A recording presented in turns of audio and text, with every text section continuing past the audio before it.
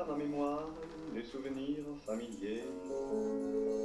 Je revois ma blouse noire lorsque j'étais écolier. J'avais 6 ans quand la guerre a commencé, en 1939. La ville dont je suis originaire, où étaient mes parents, s'appelle Sisteron. Au début, pour un enfant, la guerre, c'est une privation de bonbons, de chocolat, de gâteaux. On mange les choses essentielles et sobrement parce qu'on a des tickets d'alimentation pour avoir certaines sortes de nourriture. On avait une vie d'enfant à peu près normale parce que nos parents ne nous faisaient pas voir les horreurs de la guerre. Ah ben la voilà. Paulette est une petite dame qui est pleine d'énergie, qui trotte. Parce qu'on la connaît comme ça, elle trotte. Elle est toujours d'humeur égale, elle est toujours de bonne humeur, mais tu te plains jamais. Oui, c'est vrai, j'essaie. Et puis, attends, le samedi, j'ai fait autre chose. Je sais plus. Fais marcher ta mémoire. Mais de toute façon, tu as beaucoup de mémoire, toi. Plus que moi. Il y avait la sirène. Elle sonnait quand il y avait une alerte. On n'avait plus le droit de sortir dans la rue. Si on était à l'école, ou on nous gardait à l'école, ou on nous amenait dans des tranchées sur une grande place au centre de la ville. Mais pour nous, c'était pas très traumatisant tout ça.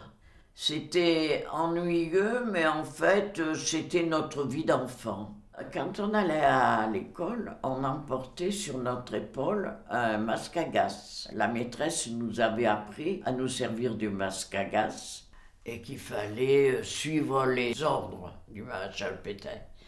Et il y avait une chanson, Maréchal, nous voilà devant toi, la la la la la la. Mais un soir, les cistronnés ont été convoqués par les Allemands sur une place principale. Il fallait que tout le monde y soit. On est resté assez longtemps sur cette place et les Allemands ont expliqué que si les cistronnés se manifestaient contre eux, eh bien ils pouvaient nous tuer. Et là, on était vraiment angoissés, traumatisés.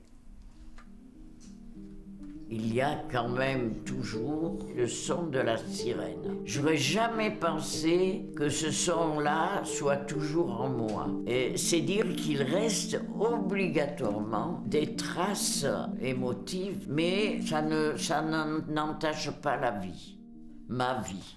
Il doit y avoir une photo quand j'ai fait ma communion et le jour de la communion. Et ma communion, c'était la même année que le bombardement. C'était au mois de juin 1944 et le bombardement, c'était en août 1944, donc juste quelques mois après. Ah, ben c'est bien. C'est aussi, il fait beau, hein.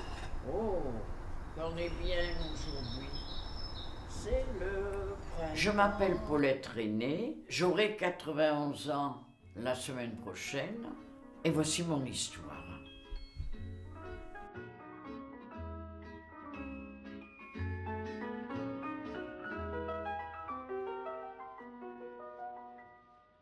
Il revient à ma mémoire des souvenirs familiers.